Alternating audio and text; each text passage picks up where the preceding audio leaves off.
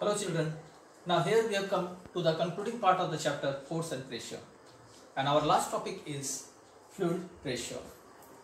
Before that we must discuss what is fluids. Fluids, anything which can flow are known as fluids. So liquid and gases are example of it because they used to flow. Now in case of gases, the molecules are very loosely packed within the gas, so they can flow in random direction. But in case of liquid, a liquid always flow from a higher level to a lower level.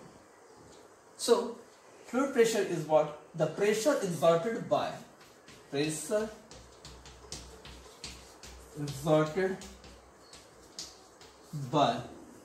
fluid is termed as fluid pressure.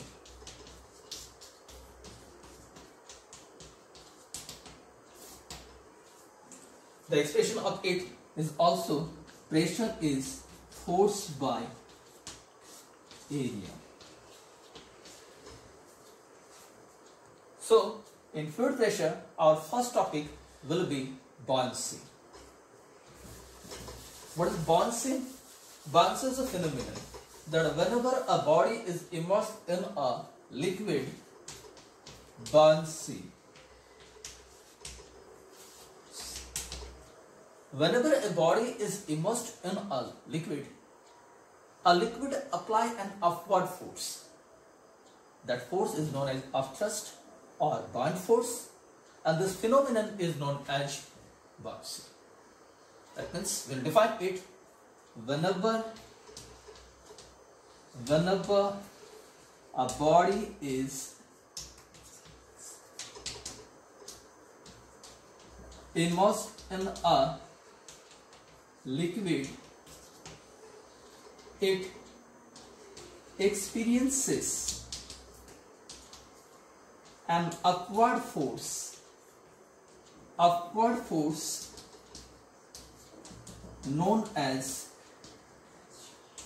upthrust, and this phenomenon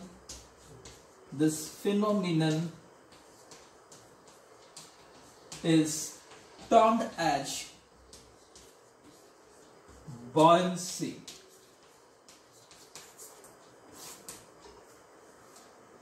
This upward force is just like the normal reaction for a solid. So we'll see one practical application with this, and my humble request that you please try to do it today in your house also. Please come to me. Now here I have taken some water in a bucket and I am pouring this open area in downward direction, and what I am experiencing, just you please try to see. I am applying the force in downward direction, and at the same time I am experiencing that the liquid is applying force in upward direction. As I am leaving it, it is just coming upward. If further I am tying it again moving it in upward direction. That upward force I am experiencing is the buoyant force, and this phenomenon is termed as buoyancy. Now this buoyant force or the buoyancy depends upon many factors. So our next topic will be the factors governing the buoyancy or buoyant force.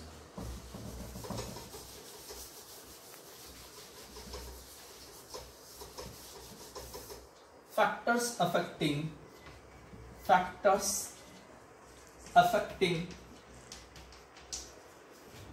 buoyant force.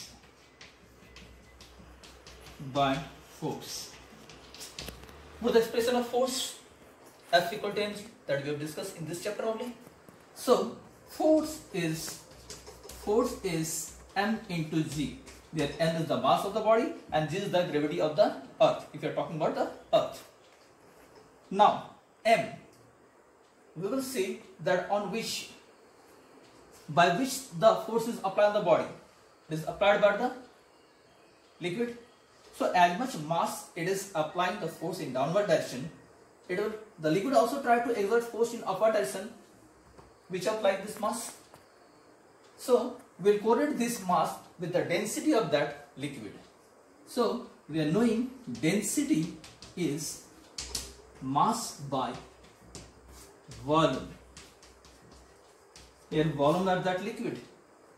So mass we can replace by the product of density and volume.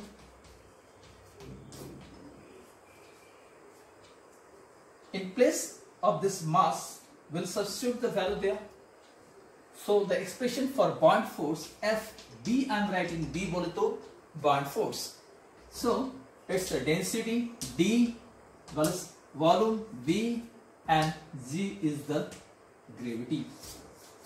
So the factors affecting buoyant force are density of the liquid, B volume of that liquid, and G gravity. That means these all are directly proportional to the force applied. That's why so many cases we talk about that why the ice used to flow on water, on the other hand nail used to sink on water.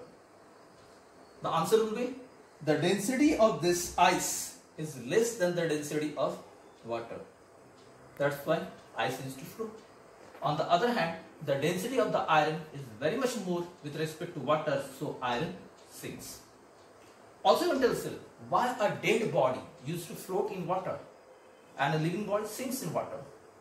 We can conclude that the density of dead body is smaller than the water, so a dead body floats. On the other hand, the density of a living body is much more higher than the density of water, so living body sinks. Now we'll move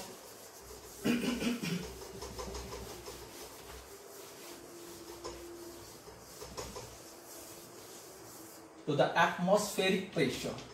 Atmospheric pressure. That buoyancy is the force due to the fluid, but generally we are restricted there for the liquid. But in case of atmospheric pressure, we will not consider the liquid, but we will consider the gases.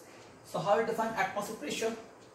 The pressure exerted by the air column on the surface of Earth is termed as atmospheric pressure. We have a blanket of air around us. That air is applying a pressure in our downward direction, and that pressure is atmospheric pressure.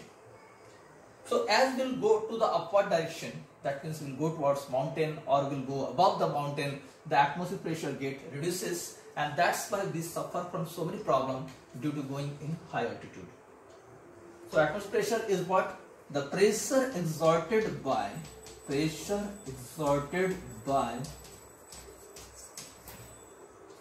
the air towards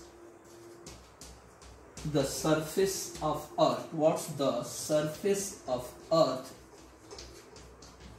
Earth, is termed as atmospheric pressure.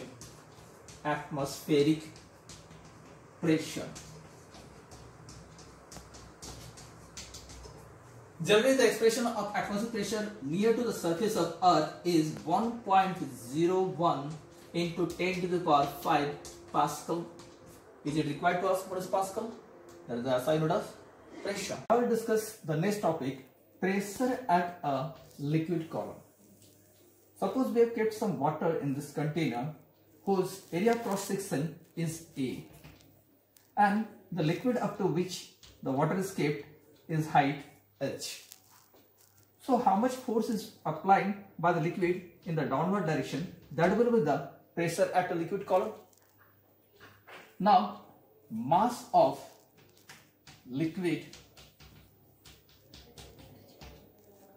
on the container, in the container. So mass is density into volume. Now density is D and volume of this one is area cross section multiply H. H is the height. This is the amount of water here. The area multiply height. So mass of the water is BAH. So what is the weight of the water? That means what is the force applied by? Force applied by the liquid at the bottom, as F equal to M into G, there M is DAH and this G. This is the force working by entire liquid on this bottom or base. So how much pressure is working? We are knowing pressure is force by area. So pressure will be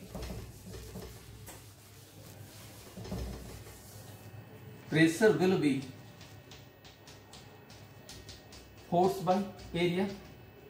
As we calculated, force is DAHG by A. So A cancel. That means pressure is DGH. This is the pressure at liquid column. So pressure applied by a liquid column on the base of any container is directly proportional to the density of water, gravity and height. So that's why the sea diver wears special suit to protect themselves on a sea, because this height is quite very much more on that sea. So the huge pressure of water body on that person will give excess of pressure on that body, and he may just get severe problem, severe attack or severe pain due to this much pressure on his body. Also due to this reason only, the base of cooking vessels or base of dams are made broader, because pressure is always highest at the bottom. Now next we will go to calculate how much pressure is working with respect to change in the height. So pressure is DGH. Now if this height is changing, then definitely the pressure on that is also changing, because the density of that liquid will be constant. G is also constant for a given place. That means pressure is directly proportional to H. So in order to reduce pressure on a body, on a liquid, we try to minimize this depth, because more the depth is, more is the pressure. Now we will discuss one application based on this, that pressure of, that is the activity, pressure applied by a liquid column